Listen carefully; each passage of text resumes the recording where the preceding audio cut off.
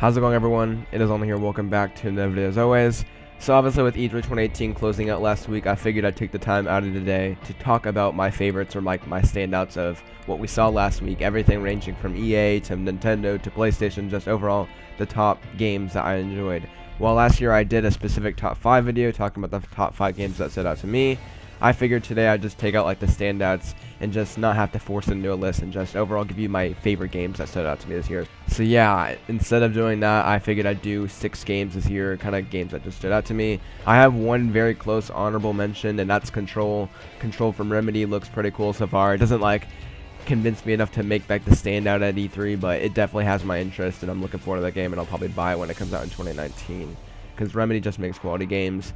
And it's been a while since they've been on the PlayStation platform, so looking forward to Control. But with that being said, let's get into the list. So at number 6, I put Ghost of Tsushima. This was kind of borderline for me. Ghost just really stands out to me in terms of their first party lineup from Sony. You know, you got things like Last of Us, and you got things like, you know, Death Stranding and everything, but Ghost just has a very different setting. I guess you could say they all do, but just something about Ghost intrigues me. Like, the combat feels a lot more arcadey. It feels like traditional Sucker Punch, which is something I was worried about when we looked at the Samurai concept. Overall, the E3 demo, while it was a little bit, you know, still not totally convincing for me, and I'm still like, you know, a little bit worried in certain aspects, you know, I think it convinced me more than it made me worried, and this is going to be another kind of Sucker Punch game that I know and love, and just overall from the roots and everything, just this looks a lot different, and it looks very ambitious for the team back in Seattle. So yeah, looking forward to seeing more Ghost of Tsushima. Of course, you know, just everything in terms of like the time period it's set in, and just overall the conflict is going to be a lot different from what games you get nowadays. And yeah, man, Ghost of Tsushima, I can't wait to actually get it in my hands and actually be able to play the game, because so far it's looking pretty rad. At number 5, I put a personal favorite for me, Dying Light 2. Now, Dying Light is like one of those main series that actually gets zombies and just the whole apocalypse vibe just correct. You know, Techland was really successful with Dying Light 1. You know, I've seen a lot of people call it underrated. Personally, I think it's a really underrated game, and I think you can find it for pretty cheap nowadays, so definitely go grab it if you haven't yet. What can I say about Dying Light 2? I was a little bit worried at first about the whole choice concept, and you know how it kind of didn't really need that for the series, but after hearing about behind closed doors like impressions of the game, they say that the whole choice based system actually is really fundamentally kind of like the core concept with, you know, Dying Light 2. It's very interesting. You know, I feel like choice concepts can't really be half-assed in a way. They gotta be, you know, fully dedicated and kind of oriented for that. But just something about, you know, making the world yours, and that each change that you can do actually affects like the community and who's after you. It just sounds like a really cool concept. You know, we don't have a date for this game. I don't even think they mentioned 2019. Some people are speculating it might go into the next generation consoles, which to me, I don't think that's a possibility at all.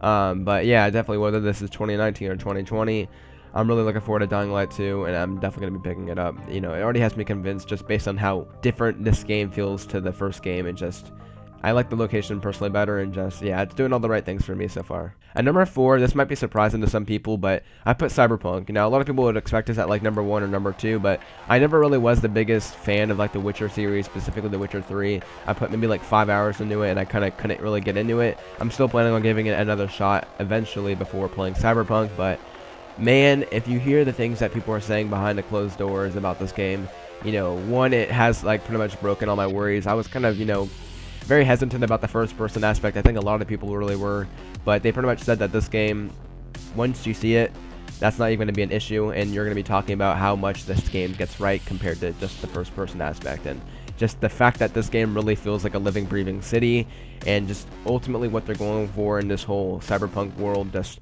really intrigues me. You should really look into the whole press and just what they've been saying about seeing this game behind the closed doors, and just, man, once we eventually get footage, it's rumored that we might get footage as soon as Gamescom or as, you know, late as next year, but once we get footage, I think a lot of people that really haven't been looking into this game post that trailer might get even more impressed once they actually see this game for themselves. And it's the first game on this list that I've seen people pretty much just compare this to like a PS5 title, saying this is where the future of gaming is going to go, and if they saw a game that's next generation, it's definitely Cyberpunk. So I think that's like all the praise you can get for a game really at this time. So yeah, man, Cyberpunk, definitely really want to see gameplay, but I don't even think I need to, considering, you know, everything that's been praised about this game. Alright, so the top 3, these are like personal favorites for me. Obviously, you know, this is really where it gets really exciting for me. So at number 3, I put Sekiro: Shadows Die Twice. Not a big surprise here. I recently got into the Souls-like genre. You know, I started with Bloodborne, and I platinumed it actually recently last year. Actually, I think it was earlier this year. and I'm currently playing for Dark Souls 3, and I'm planning on playing for Dark Souls. Just the quality that we expect from Software is really good. The cool thing about Sekiro, honestly, is the fact it's not going to be a Souls game, which is, something that's kind of sounds stupid considering what I just said, but they're actually going to be trying something new in like the past decade, ever since they started Demon Souls and just kind of that whole Souls, like genre.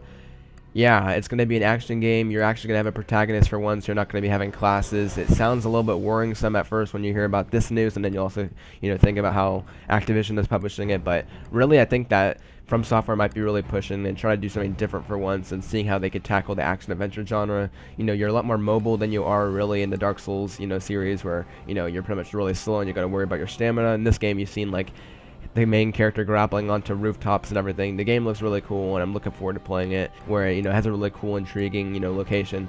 I never really expected this to be Bloodborne 2. A lot of people were kind of disappointed, but they had Japanese writing in the background at the original the Game Awards trailer that was like 10 seconds long that teased the game. So yeah, I already knew this was gonna be a new IP from day one, and I'm really looking forward to seeing how Sekiro shapes up, and so far it looks really cool. So yeah, man, Sekiro. I think we only have 2019, but definitely looking forward to that game nonetheless. It's gonna be really cool. Number 2, I put Resident Evil 2. Now, I was a big fan of the Resident Evil games back in the day. Those were some of the games I grew up on watching my dad play, which sounds kind of weird considering the age I was at that time. But man, Resident Evil 4, I just recently played that, on my own pretty much this past year, and absolutely love that game. Leon is just, that whole adventure you go through is really, really cool and really, really memorable, and honestly one of my favorite games I've played in the past couple years now. Seeing Leon return in that trailer was goosebumps, and just, man, Resident Evil 2 is up there, I've heard, as as good as Resident Evil 4, if not better, which is kind of crazy. I can't wait to get into Raccoon City in January. They kind of had that fake out thing where they showed off Devil May Cry 5, and you thought that was going to be their kind of, traditional Q1 game, but yeah, that's coming out in spring, and instead we're getting Resident Evil 2 Remake for January 25th, I believe it is, 2019, which is just absolutely crazy. I think it's January 25th. It might be 29th.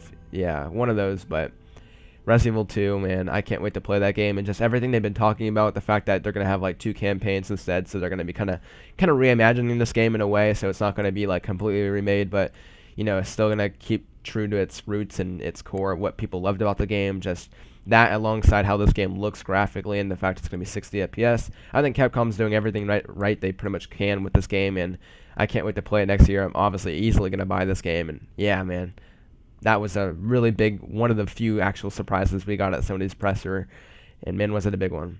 So I think it's no surprise that Last of Us Part 2 is my number 1 pick that impressed me the most at this year's E3. Obviously this is a personal favorite of mine. Last of Us is probably my favorite game of all time. It's definitely up there. Part 2, honestly, a lot of people say that this game doesn't really look much different from the first one, and I gotta agree. But at the same time, the small things that we did see that were kind of different are kind of addressing my personal issues with the first one. The first one, I think the main issue I had was pretty much the core melee combat, and with this whole new dodge mechanic, that's definitely going to change how you play The Last of Us Part 2, and it's ultimately going to make, melee combat seem a lot more intuitive and a lot more, I guess more playable, because literally the first one, I mentioned this before, but if you had a plank or you had a baseball bat, you'd just be pretty much spamming square and beating up the guy ahead of you. If there's 2 or more guys ahead of you, you're pretty much just gonna get meleeed or just shot down immediately, and there's nothing what you can really do except just sprint backwards. So obviously addressing that makes it seem like you're gonna be playing this game a little bit more different, especially with the whole prone mechanic. Going underneath cars is pretty neat, and just ultimately just the small details and how good this game looks, and just the setting of it being in Seattle and the West Coast. Just, man, I know Naughty Dog will probably do really good with this game, and I just don't really want to see more of it, honestly, personally now. I mean, obviously, if you see my gameplay reaction video, I just, notice some small things, and just things like Ellie pulling the arrow out of her. I don't know, just, this game looks really good, and it's Naughty Dog. Easily, they kind of had the highlight of the press conference alongside Resident Evil 2 for me, so yeah, it's a personal favorite easily, but man, Last of Us Part 2, I can't wait to play it, and just, yeah, it has me the most intrigued, and just easily with this whole entire universe and the story.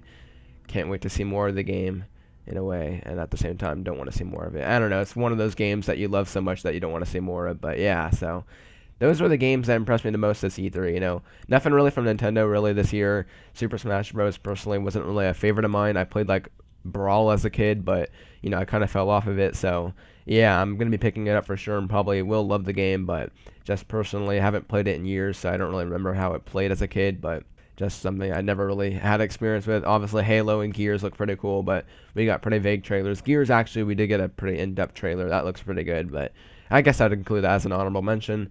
But yeah, besides that, those are the games that impressed me the most. Make sure to leave your comments down below, of course.